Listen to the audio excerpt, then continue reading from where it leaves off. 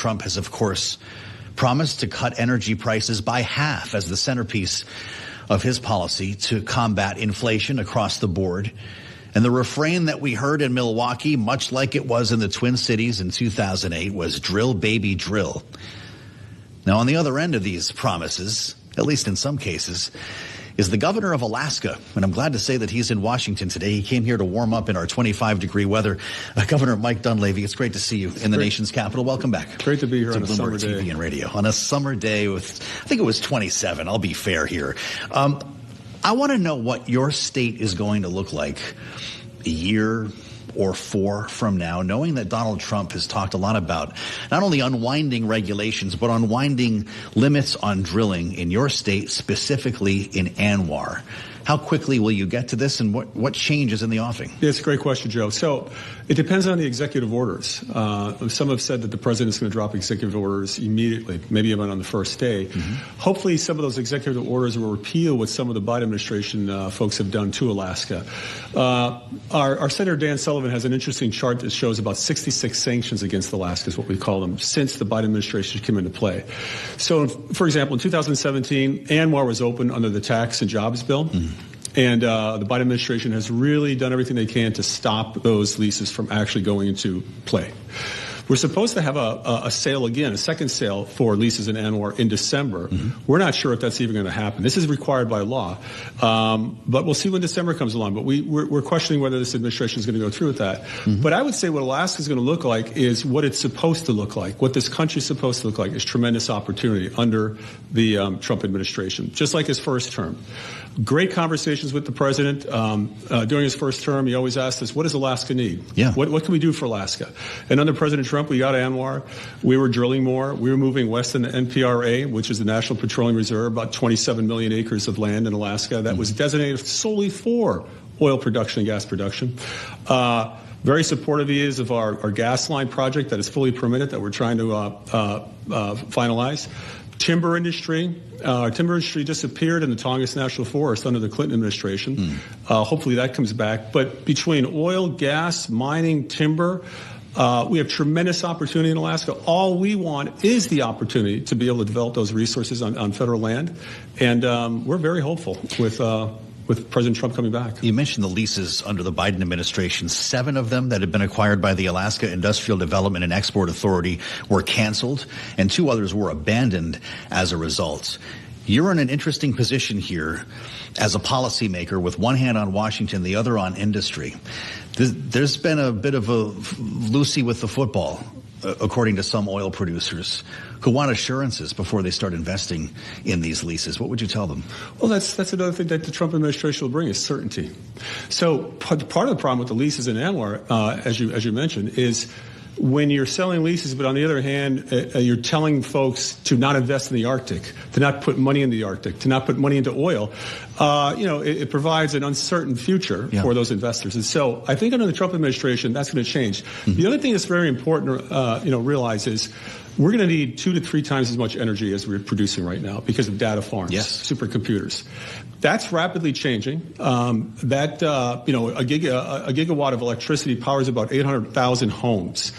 We only have 700,000 people in the state of Alaska. So some of these data farms are using more than the power we generate for all of our residents. You're going to have as much energy as possible coming from various sources, and we're going to need it sooner than later. You're sitting on oil, but a lot of people are talking about nuclear now. Do you support that? Yeah, we support all forms of energy. Doesn't matter if it's renewables, oil, gas, nukes, any and all forms of energy. And we actually passed a nuke siting bill 2 years ago that's going to make it easier for nuclear outfits to come up and take a look at Alaska. Is that right? So Alaska could be the home of the next new nuclear reactor in the United States? Well, I hope so. And we're also looking at a nuclear reactor on one of our military bases at Eielson. So, yes, we hope so. You need as much energy as possible, again, from any source we can get it from. Or will we see an auction in the early stages of the Trump administration when it comes to these leases? I hope or so. do you not have a sense exactly what that procedure will be? I hope so. And I hope that also pertains to offshore oil leases, which were also negatively impacted by the Biden administration. So onshore, offshore, again, we hope that there's a couple lease sales that go up pretty quick. The prize for you, unless you tell me otherwise, is a pipeline, a natural gas pipeline that the Trump administration has promised. You actually retweeted a statement by Donald Trump on this. What's your expectation? What has he told you? Well, we have all the permits for this pipeline. It's a massive pipeline project where I think we're battling our last court case. So this pipeline project is really coming together with buyers and sellers of gas. Mm-hmm. The president's been very consistent. President Trump's been very consistent. And he supports this gas line concept. What people don't realize is Alaska pioneered LNG export for North America. In the late 1960s, 68, 69, we sent gas to Japan, LNG, out of Nikiski, Alaska, which is south of Anchorage. Yeah. That occurred for 50 years until our gas got depleted in the Cook Inlet. But we're talking about North Slope gas, which is 100 trillion cubic feet to 200 trillion cubic feet of gas. Tremendous amounts of gas. But we're very close to consummating this gas pipeline, and pretty excited about it. Will Chris Wright and Doug Burgum help you make that happen? Well, I know Doug. Doug's a former governor. Sure is. Comes from a energy state. Yeah. I think I don't know Mr. Wright well, but from what I understand, he's going to do a great job as well. But Doug is going to be terrific because it's an interface between technology, supercomputing, and energy. And his role as the energy czar, I think, is going to pay amazing dividends for this country. Energy czar, but also the Interior Secretary might have something to say about the lands we're talking about. Yeah, we have more BLM lands, more park lands than any other state in the country in terms of acreage. Our population has more Native Americans than any other state as a percentage. 20% of our population is Native American, and so a lot to do with the Department of Interior Alaska has. And so we look forward to working with Doug on solving some problems for the state and the country. The biggest tribe in Alaska supports your move on energy. Most Native Alaskans, most Alaskans support our moves on energy. This is something that's been mischaracterized Absolutely. In the media. How come? Because it doesn't play to the narrative on the left. My wife is Inupiaq Eskimo. My kids are Eskimo. They're tribal members and they're members of our native corporations up there. My 3 girls work at the largest lead zinc mine in the world. It's a resource extraction industry. Most Native Americans, they're Americans. They want to be able to turn their lights on. They want to be able to warm their homes. They want to be able to drive their machines, their cars, their snow machines, whatever it is. And so, yeah, energy is important to all of us. They also want to drink clean water and breathe clean air. Do you worry about the impact on climate change that, for instance, the LNG exports? Because lifting that moratorium looks like a day one endeavor for Donald Trump. Boy, I hope so. And I don't, because Alaska takes care of its environment probably better than any other place in the country, any other place in the world, and probably any other place in the country.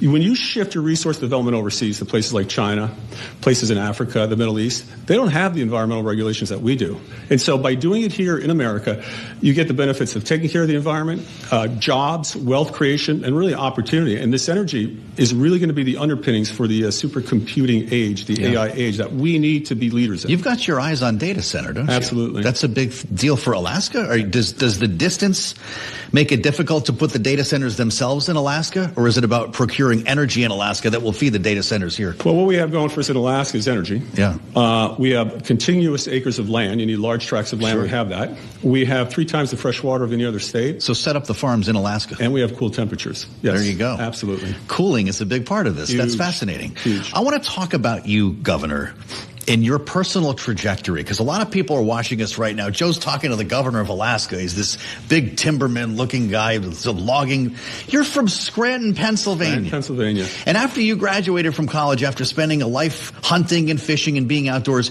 you decided to just move your life to Alaska. Through a connection, you got a job as a logger. Yes. As a kid from Scranton, which more people associate with Joe Biden than with Mike Duleavy. What was the scratch or the itch you were trying to scratch by making that move? Always loved the outdoors and the ultimate outdoor. Was it culture shock when you got there? Not really. Great people in Alaska, just like great people in Scranton. So not really, but it was the outdoors, the wilderness that drew me there back in 1983. So right out of college, went to Alaska and never looked back. Never looked back? Never looked back. How much time did you spend logging? Well, that was for several months. What did you learn doing that? Several months in Southeast Alaska. Then I moved up north, close to the Arctic Circle, and I was a teacher for over 22 years. You were a teacher for a long time before you got into politics. Yes. What did you learn as a logger from Scranton, Pennsylvania? That jobs are incredibly important, especially for low-income folks. Opportunity is very important. And resource development is what Alaska is all about. That's why the U.S. acquired Alaska from Russia, was resource development. And again, we do it better than anywhere else, I think, in the world. You then became a teacher. Yes. Do you think that Donald Trump is on the right track to eliminate the Department of Education as an educator yourself? I do, because education was one of those rights that the states never gave up in the Constitution when we formed the federal government, because the states believed that their control over education was critically important, not the federal government's control. And so the Department of Education is a new department, came in under Jimmy Carter, and a number of us that were teachers, administrators, school board members, which I was as well, we think you can do things better at the local level than you can thousands of miles away from Alaska or thousands of miles away from other states. And so certainly support the elimination, if possible, of the Department of Education. What do you do for funding for disabled students? Some of the other expenses that might be hard for a state to carry. You run that money through health social services. Yeah. There's many ways to get money to certain groups in the educational umbrella. It doesn't have to be through this department that currently exists. A lot of people suggested you for a number of jobs here in Washington. I heard that. Yeah, you might have as well. You're here right now. I don't know who you're talking to. Would you consider working for this administration? Maybe you should run the Department of Education. Well, I think he's already got a great pick in Linda McMahon for education. But the president and I never talked about a job. He knows that I have 2 years left in my term. I thoroughly enjoy this job, and as mentioned earlier, we're on the verge of some big projects that we want to make sure get across the finish line. So I've got my hands filled over the next 2 years with Alaska, and I look forward to it. A lot of governors, though, say that the stock answer is, oh, my God, Washington, nothing gets done there. I'm better off here. I'm an executive running my own state right where I want to be. There's truth to that, too. Is there truth to that? Does anything get done in Washington with Donald Trump at the other end of Pennsylvania? I think with President Trump, he really wants to change things. He really wants to disrupt things. And I say that in the positive. He really wants to give power back to the states, give power back to the people. So I'm excited about the possibilities. I saw what he did his first term, and he's had 4 years to plan for this term. I think it's going to be a great 4 years for this country. Can he really drop energy prices by 50%? If we produce more. Yeah. If we produce more. That's what we're talking about. Yes. And for Alaska, what we want to have is more production, not necessarily higher prices, because higher prices hurt Americans, hurt Alaskans, but more production. That's where we'll get revenue from as well, more production. Nice to see you in town. Come see us again. The governor of Alaska, Thank you. Mike Duleavy. Now you know where he's from. I'm Joe Matthew in Washington. Thank you for spending time with us here on the fastest show in politics. We've got a lot more lined up for you.